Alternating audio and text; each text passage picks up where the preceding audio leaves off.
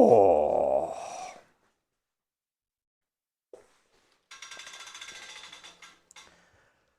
So roughly a year ago, I had a choice. I wanted to buy an SL8, or I would have settled for an Athos, and they were between $8,000 and $8,500 US dollars. The issue I had with any of these bikes spec'd by Specialized is the wheels were completely under-spec'd as far as I'm concerned.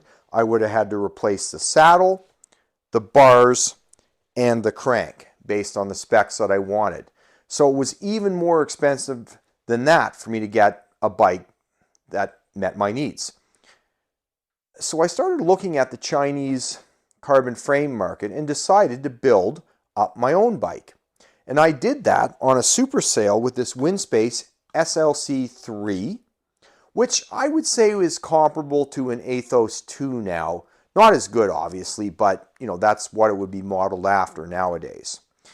And I got this frame for $1,300 US dollars after doing a Black Friday deal and a Patrick Lino discount code, which you could put on top of each other. So it was absolutely fantastic. So there was a lot of value for me to make this bike, which ended up costing me a total of $5,700. So what I ended up with for my money is a bike that I really enjoy if you watch my videos, that weighs under 15 pounds or the magical 6.75 kilograms. I don't think I would have done that with twice the money with the Specialized. The problem I'm seeing is that if we come up a year, is that our $1,300 USD for a fantastic frame with some issues, if you look at my videos, is now being replaced with frames that range from $1,800 to $2,800 USDs. And the question I've got is, how much value does that provide you when you're thinking about building up a frame, as compared to just simply going out and buying, for the purposes of this video, I'll say an SL8. Originally, I had a whole bunch of plots about value, risk, reward, etc., but I think this sums it up if you're considering building a Chinese frame. Let's look at an SL8 as an example. Either be the Expert, Pro, or S-Works model. A certain part of the price is in the touch points, the frame, the handlebars. Then you've got your wheels, and then you've got your components. Okay. I don't think you're going to save a lot of money doing a Chinese build on the components. On the wheels, I think you can save a ton of cash. And you can get wheels that are comparable or better than the mainstream North American brands for the dollar. And I'm not going to get into this. There's enough stuff on YouTube. But where China is losing the game right now is, let's say a year ago my Winspace would be this much cost right here. Nowadays, they're trying to say that their frames are as good or better than an SL8, which you can or can't believe that, but I don't. So rather than offering value, they're offering you performance. I don't believe this marketing line. I just realized I don't have a brown marker. But the way I'm going to outline this talk is that I'm going to talk about the marketing that is done by the Chinese frame industry now to try to get you thinking that these frames are better rather than a better value.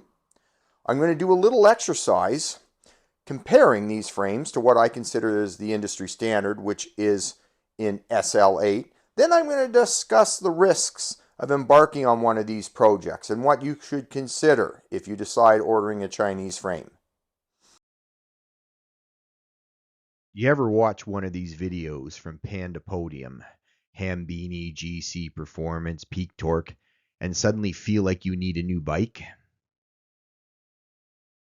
In this case, we're talking about the Panda Podium latest offering, the Evolve CIMA. Well, let me tell you, this sucker is 650 grams. Look at that. And it's refined at Silverstone. And yes, it is 12% stiffer than the leading competitor. Or is that? Well, I don't even know what that means. And don't worry, it's only $2,300, but you're going to get yourself, apparently, according to GC Performance, a $200 headset bearing. I might want you just to give me the regular steel ones and make that an upgrade. Joe was kind enough to wow us with this 650 gram frame weight for a size medium. The Evolve site, which is excellent, actually tells the truth. The lightest frame you can get in the medium with all the bits on it is 760 grams. And the frame you're seeing in front of you, that little buddy here is riding, should weigh about 810 grams. One of my biggest pet peeves with the Chinese frame industry is these BS weights. If you ask me, whenever you're reporting a weight of a frame, of course it's got to include some sort of paint. It should include the front derailleur hanger, the bolts, the seat post binder, especially if you're putting some heavy contraption in there because you're making your frame all aero. And of course, you need to put in the rear derailleur hanger. In this case, if they're bragging about having a UDH, many of you may not know this, but a UDH could be 10 to 20 grams heavier than some sort of other lightweight hanger arrangement. You don't have to record, though, the headset weight or the through axles. Those you can upgrade at a later date. And they're cheap too, right? Joe points out that don't you worry, because this is still a bargain at $2,300 US, because the S-Works costs $5,500. But if you look at YouTube and you look at the weights, that's a crock of crap. The weight of the Evolve frame is more comparable to the SL8, I call it FAC 10R carbon or whatever, but the pro or expert model level frame that you get. One of their marketing bios says that it's refined at Silverstone. How can you refine something at Silverstone if you do 1 day of testing? And that's me reading their white paper on this, which is essentially the manufacturer's claims that are not peer reviewed. I'd love to see a specialized aerodynamics engineer go through this white paper and debunk it. Throughout any of the propaganda for this frame and in Joe's sales pitch, they're constantly talking about Silverstone. But I can assure you, being associated with Silverstone doesn't mean that you're going to be great. An example of this is peak torque tearing apart a GCN scientific study on the stiffness of road shoe soles. It is one of the biggest beatdowns I've ever seen on YouTube. In the description. This is the meat of the testing they did in their day at Silverstone. I'll point out to you, though, that they haven't come out and specifically said it's a specialized SL8. They did say that the bike they were testing it against was set up identically to their frame. And if you believe the propaganda, it's 48 seconds faster with their proprietary water bottles in it than an SL8, and 18 seconds faster with normal water bottles. Once again, I would love to see the specialized engineer go through this. I don't really particularly trust this either. If it was a Cycling News or one of the German Tour magazines tests where they rented the wind tunnel and tested it against hundreds of bikes, yeah, I'd believe that. But like I said, there's a certain amount of bias when you're paying for it and you want to prove a point. This is Joe's advertising right up here, saying that the T100 and T800 is plus 12% stiffer than the leading competitor. I didn't make that spelling mistake, by the way. They did. Well, that's not really what Evolve said. You can read what they said down here below, which is completely different, but they're saying that the resin they use makes their T1100, whatever that means, more stiff. But that's the material. It's got nothing to do with the actual frame itself. And to the contrary, Joe points out that this is not necessarily the stiffest bike, but they're trying to make you believe that there's some magic that's making this bike stiffer than its competitors, when really it's the material, and that's completely different. If there is any man that should not make any claims about a wind tunnel because they should go nowhere near a wind tunnel, it's Joe. Let's put it this way. Hambini's hairdresser would be ashamed. I could have literally made a 2-hour video just cutting up the white paper, although it's more information than most other frame manufacturers provide.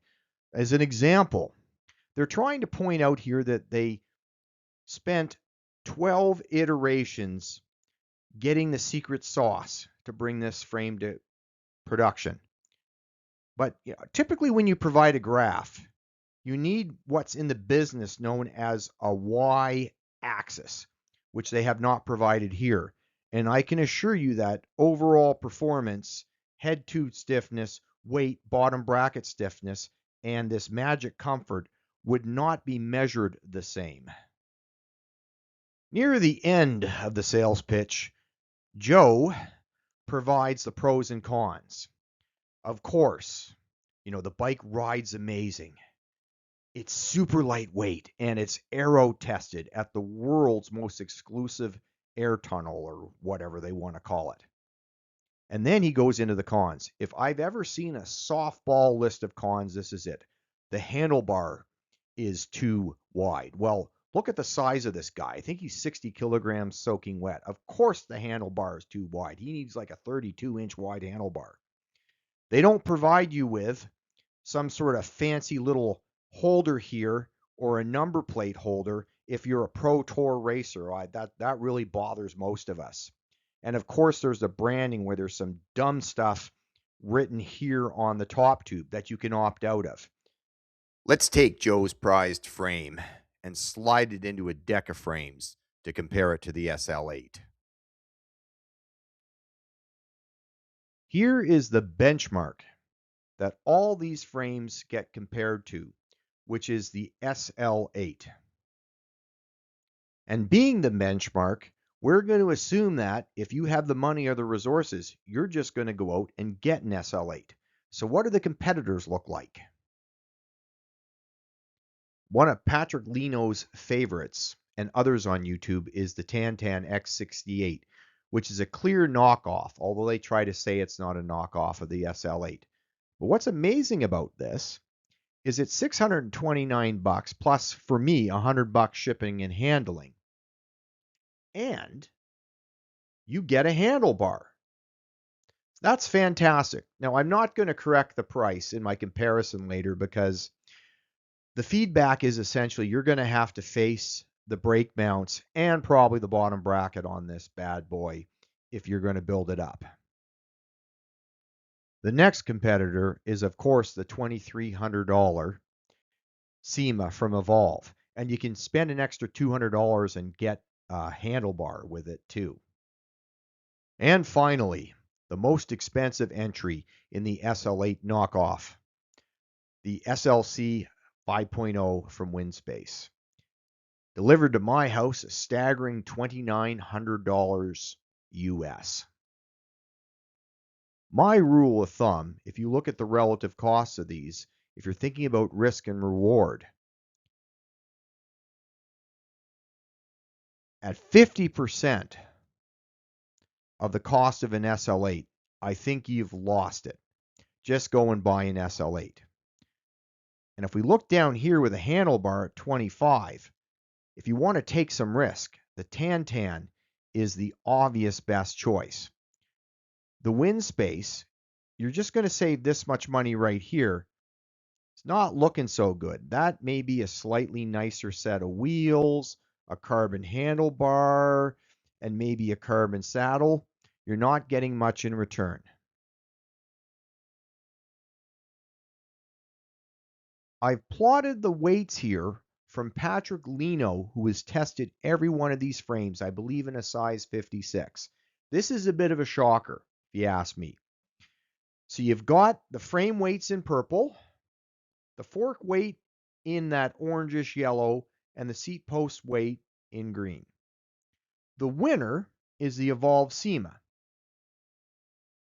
That kind of makes sense, because the second place, the Specialized, is in the third year of its product run, I believe, and the SL9, I am sure, is coming.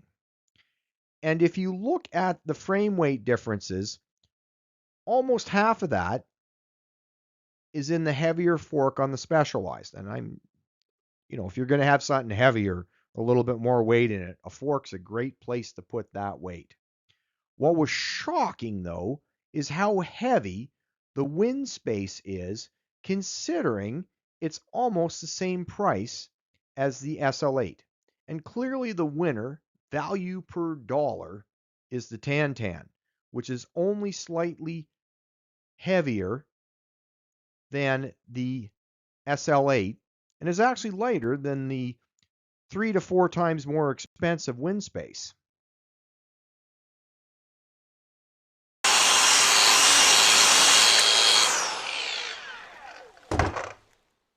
Hello, I am the bike farter and I work at Limp Deck Cycles. And I'm here to fix your carbon problems.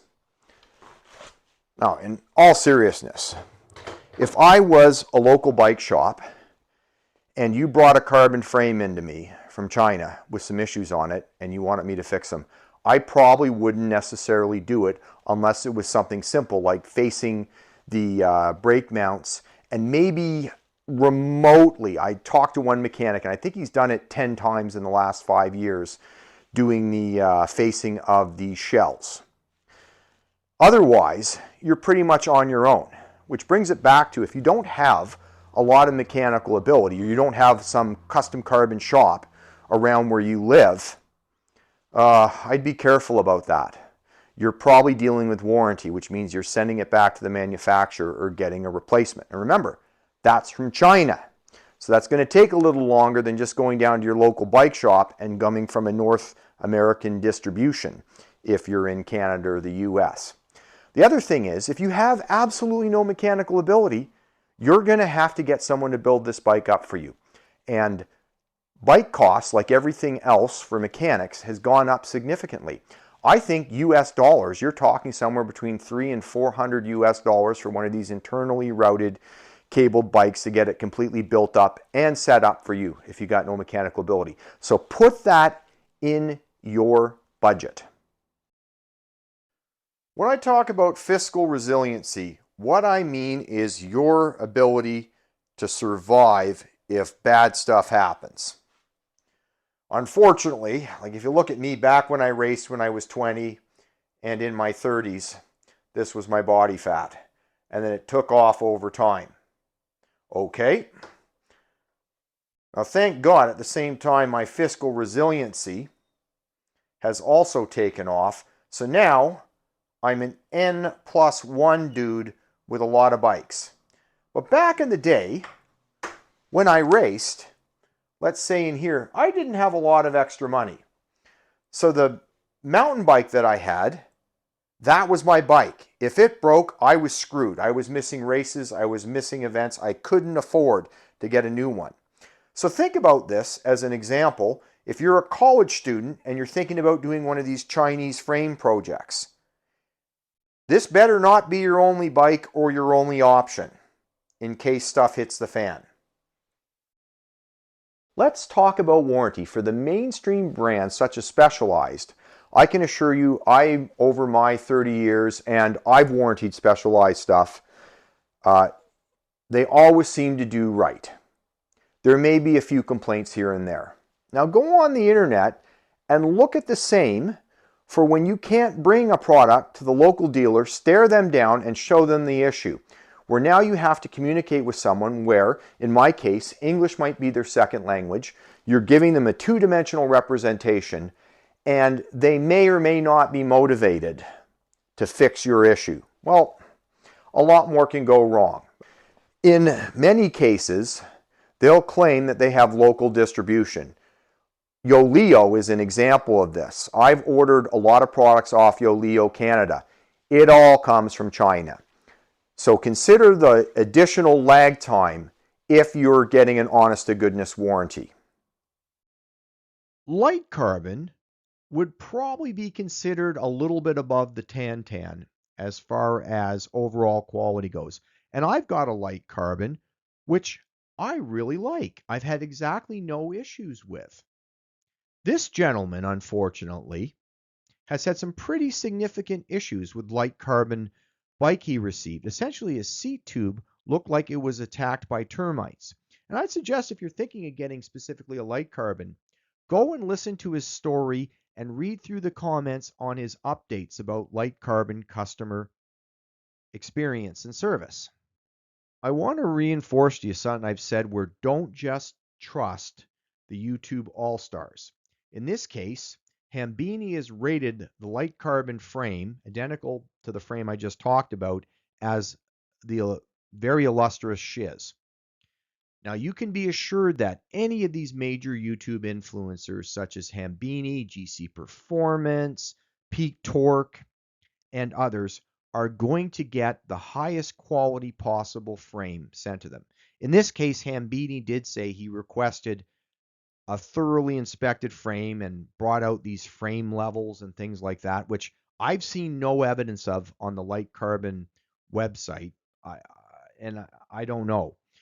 But the point is scour for the smaller YouTubers and see what their experiences are and or the forums, just to make sure before you spend all that hard-earned cash you're going to lay down on one of these frames.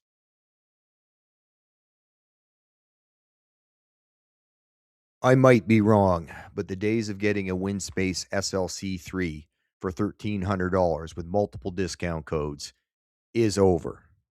And I see the higher-end Chinese frame market shifting from giving you better value to just trying to say they're better. I don't think it's a good strategy, and I want you to be aware of it. I would love for you, if you're considering one of these projects, to consider your mechanical ability, your fiscal resiliency, whether or not you can be without a bike for any period of time. As an example, let's say you're a college student with a limited budget who races road bikes, who can only own one bike and can't miss that bike for any period of time. Any Chinese carbon fiber project is not recommended. Now let's look at the other hand. Say you're someone like me who's obviously got some mechanical interest. You've got some pretty nice fiscal resiliency. You've got lots of bikes to ride in the event that your bike is broken or has a warranty issue. Well, maybe this would be an interesting thing for you to do. And I got to admit, I thoroughly enjoyed my little project. So with that, I'm done. Like, subscribe. If you got any questions, comments, or disagree with me, please light me up down below. And one final thing, just watch out for the marketing BS in the cycling industry. And please, even though it's getting cold now, ride hard.